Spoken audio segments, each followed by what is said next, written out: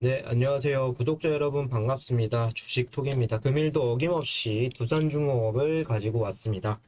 최근 한미회담을 끝으로 단기 재료 소멸성으로 주가 하락도 좀 예상이 되었었는데 저가 마이너스 3% 정도 하락한 이후에 양봉으로 플러스 돼서 마감이 되었습니다.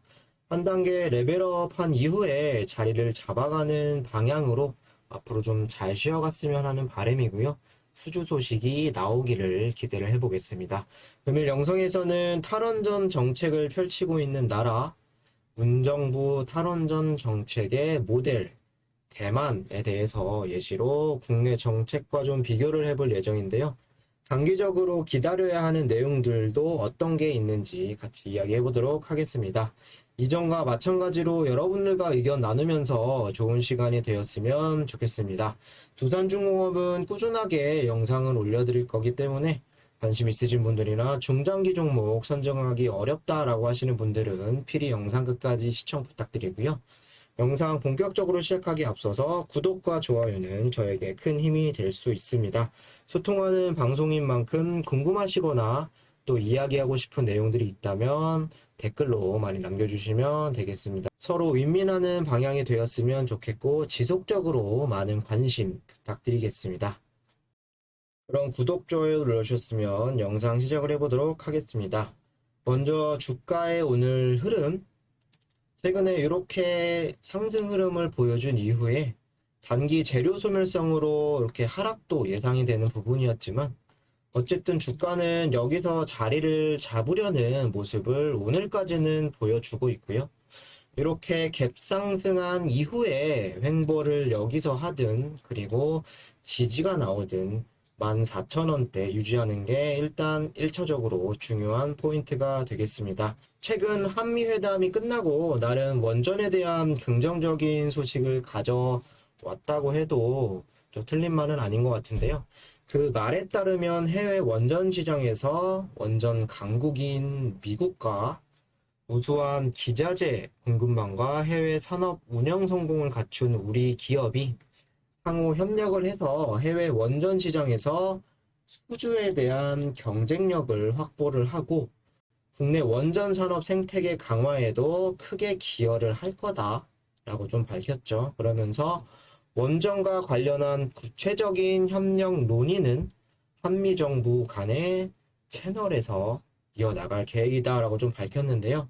긍정적인 부분, 그래도 좀 수그러들었던 탈원전을 주장하는 여론이 다시 한번 일어날 수 있는 조짐을 보여주고 있습니다.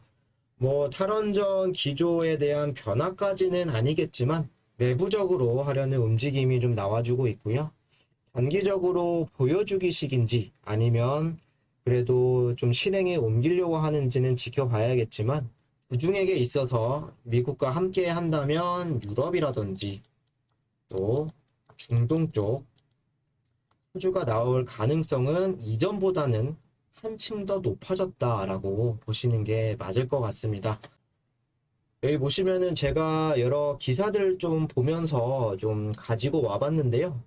국내에서는 탈원전을 해야 된다. 아니다. 원전은 하면 안 된다. 이렇게 대립을 하고 있는 상황인데요. 이렇게 둘이 국내에서는 공동 성명을 놓고 탈원전 탈피업으로 초점이 모여지는 모양새로 나와주고 있습니다. 좀 빨리 얘기를 할게요. 탈원전으로 국내 원전 생태계를 황폐화시킨 대통령이 직접 서명한 건지 의심스럽다. 신재생 에너지는 전환 정책의 일환임을 강조. SMR 분야를 적극 추진을 해야 된다. 서로 이견이 나뉘고 있는데요. 여기 보시면은 문 대통령이 이중 플레이를 하는 건지 해외 원전 시장 공동 협력을 논하기 전에 대통령이 먼저 세운 신한울 1, 2호기 운영 허가와 신한울 3, 4호기 건설 재개로 원자력 산업계를 정상화시켜야 한다. 국내에선 원전이 위험하다며 온갖 불법과 무리수를 자행하면서 탈원전을 밀어붙여온 문 대통령이 이번에 성명을 내니 국민들은 어리둥절할 뿐이다. 그리고 미국은 우리를 원전 파트너로 선택한 것은 원전 시장에서 중국, 러시아 장악을 막기 위해서 우리의 선진 기술이 필요하다는 것을 인정한 것. 이라며 이런 우리의 선진 기술을 왜 버려야 하나? 이번 계기로 탈원전 정책은 폐기해야 된다라고 주장을 하고 있고요. 반대로는 탄소 중립특별 위원회를 구성을 해서 정부의 2050 탄소 중립 정책을 적극 뒷받침하겠다며 탈탄소, 탈가스, 탈석유, 브릿지 에너지원에 대한 박차를 가하겠다. 전혀 좀 다른 이야기를 일단은 하고 있는데요. SMR 스마트 원전이 이번 한미 정상회담에서 잘 반영돼서 기쁘다. 미국 바이든 정부도 SMR 분야를 연구를 하고 있다. 대한민국의 탈원전 정책은 없다. 에너지 전환 정책만 있을 뿐 지금 짓고 있는 원자력 발전소 수명이 60년이라며 앞으로 신재생 에너지 확보 없이 수출 산업을 키울 수가 없다. 그렇기에 에너지 전환 정책은 우리가 갈 길이다. 그게 탈원전과 같은 뜻은 아니다라고 서로 대립을 하고 있는 이런 상황인데요. 해외에서는 수출을 할 거면서 미국이랑 공동성명을 내고 또 국내에서는 탈원전 기조를 보이고 있는 현 정부를 비판한 왼쪽 내용인데요. 그에 반해서 민주당은 SMR 관련 이야기를 하면서 전혀 다른 내용으로 자기들 목소리만 내고 있는데 또 오늘 같은 경우는 창원시에서 혁신형 SMR 기술 개발에 대한 설명회를 또 개최를 했죠.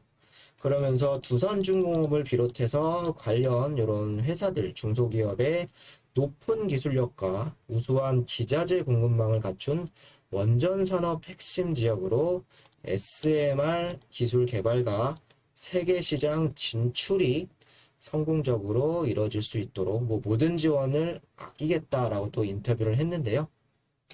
딱 보이시죠? 정부는 당장 탈원전에 대한 기조는 변할 생각이 없다라는 게 팩트인 것 같고요. SMR은 필요하다, 수출도 하겠다, 허나 국내에선 안 된다. 정치적으로만 이렇게 대립이 되고 있는 상황인데 원전은 무조건적으로 전력원으로서 설치가 돼야 되는 부분이라고 생각을 하고요. 원전은 또한 버릴 수 없는 카드라고 생각을 합니다. 쉽게만 봐도 탄소 중립이니 아니면 요즘에 친환경 자동차들 많이 나오죠. 그러면서 기후변화라던가 환경 문제에서도 기업적으로 전체적으로 전 세계적으로 ESG에 대한 부분이 상당히 추세인데 원전을 통하지 않고서는 이 부분을 그리고 탄소 중립에 대한 부분을 달성할 수는 어렵다고 저는 생각을 합니다. 다음 정권이 더 적극적으로 방향성만 잡아간다라고 했을 때는 두중 그리고 원전 관련 이런 종목들이 크게 반등할 기업이라고 생각을 하고요. 그중에서 두산중공업이 대장주 역할을 할 수 있을 거라고 생각을 하고 하반기나 내년 초를 기대를 해봐야 될 것 같습니다. 그때까지는 해외 수주라던가 미국과 나오는 이런 원전에 대한 본격적인 협의 내용들 지켜보시면서 그리고 당장 다음 달 K 텍소노미 있죠. 원자력이 친환경 요소에 포함이 되는지 아니면 제외를 시키는지가 상당히 중요할 것 같습니다. 그렇다면 국내 탈원전은 어디가 좀 모델이 되었을까요? 썸네일에서도 보셨겠지만 대만이라고 볼 수 있는데 이 부분 간단하게 설명을 드리도록 하겠습니다. 여기 보시면 대만은 2025년까지 원전 제로 정책을 펼치고 있습니다. 그러면서 공정률 98%까지 만들었던 7호, 8호기는 건설 중단을 하고 폐기에 운영하지 않는다. 이전에 갖고 있던 1, 2, 3, 4, 5, 6기 이렇게 운영을 마감을 하겠다라고 나와 있죠. 그리고 원자력 발전 제로 이후에 전력 구성을 2015년에는 재생에너지 원자력 발전 쭉 있는데 2025년 이후에는 재생에너지를 태양광과 풍력으로 대체를 하고 아예 원자력 발전 부분은 쏙 빼버린 이런 부분이죠.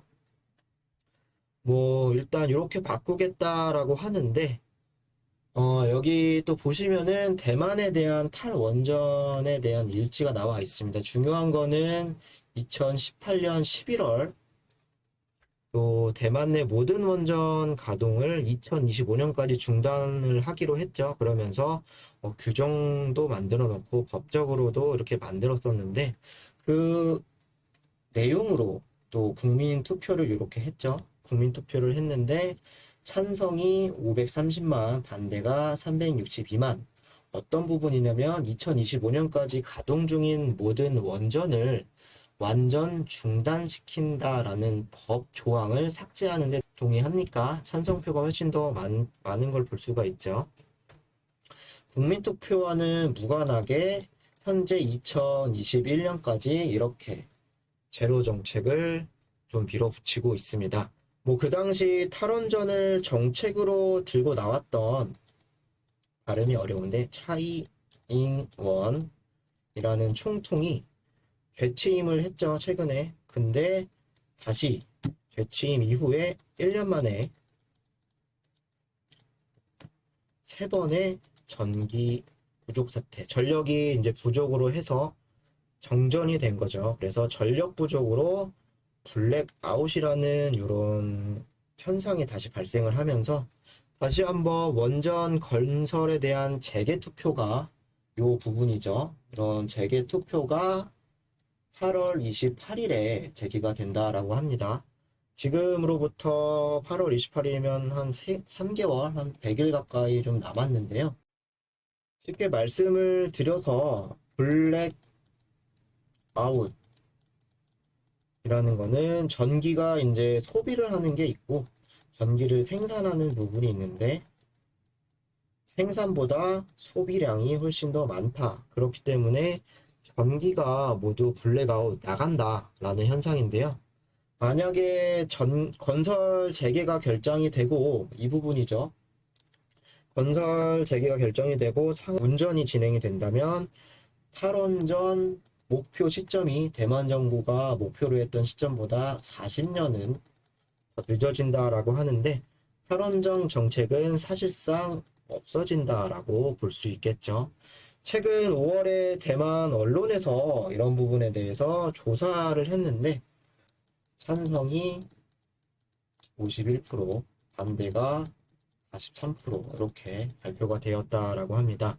뭐 결과는 9월 초에 나온다라고 하는데 어떻게 나올지는 모르겠지만 만약에 찬성 쪽으로 표가 몰렸을 때 국내에서도 어떤 이런 탈원전 부분에 대한 기조 변화가 생길지 좀 지켜봐야 할 문제이고요. 문정부도 탈원전 정책에 타격이 없을 수는 없겠죠.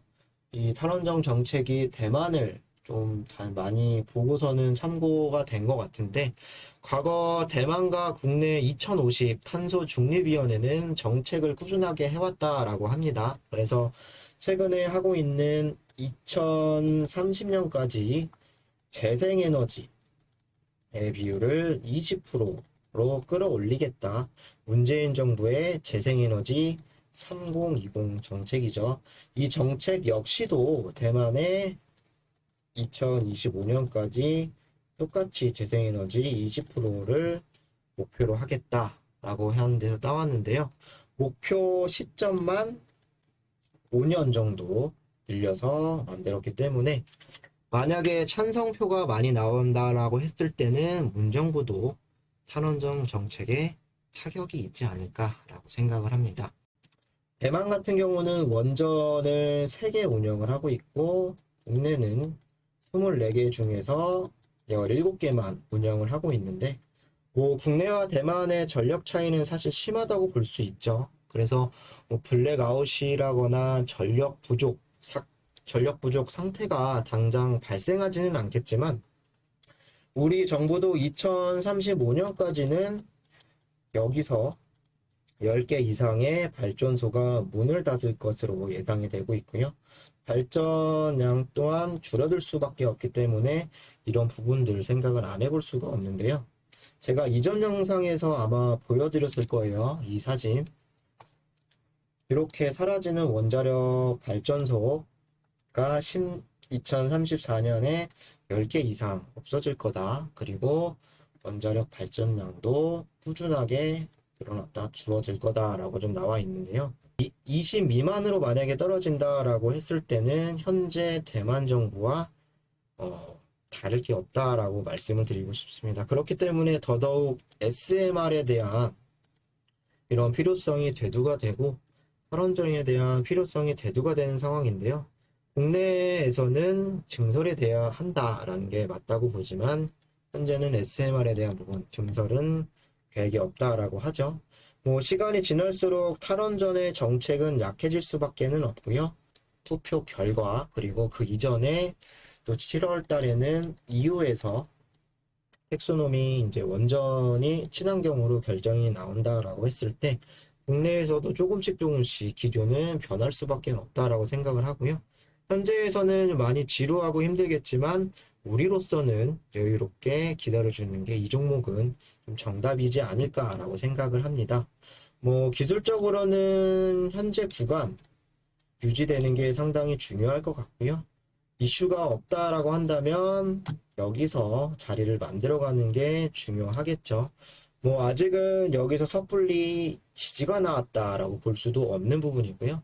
당분간은 뭐 이슈가 없다라고 했을 때 14,000원 구간을 이탈하지 않고 움직이는 게 가장 좋다라고 말씀을 드리고 싶습니다.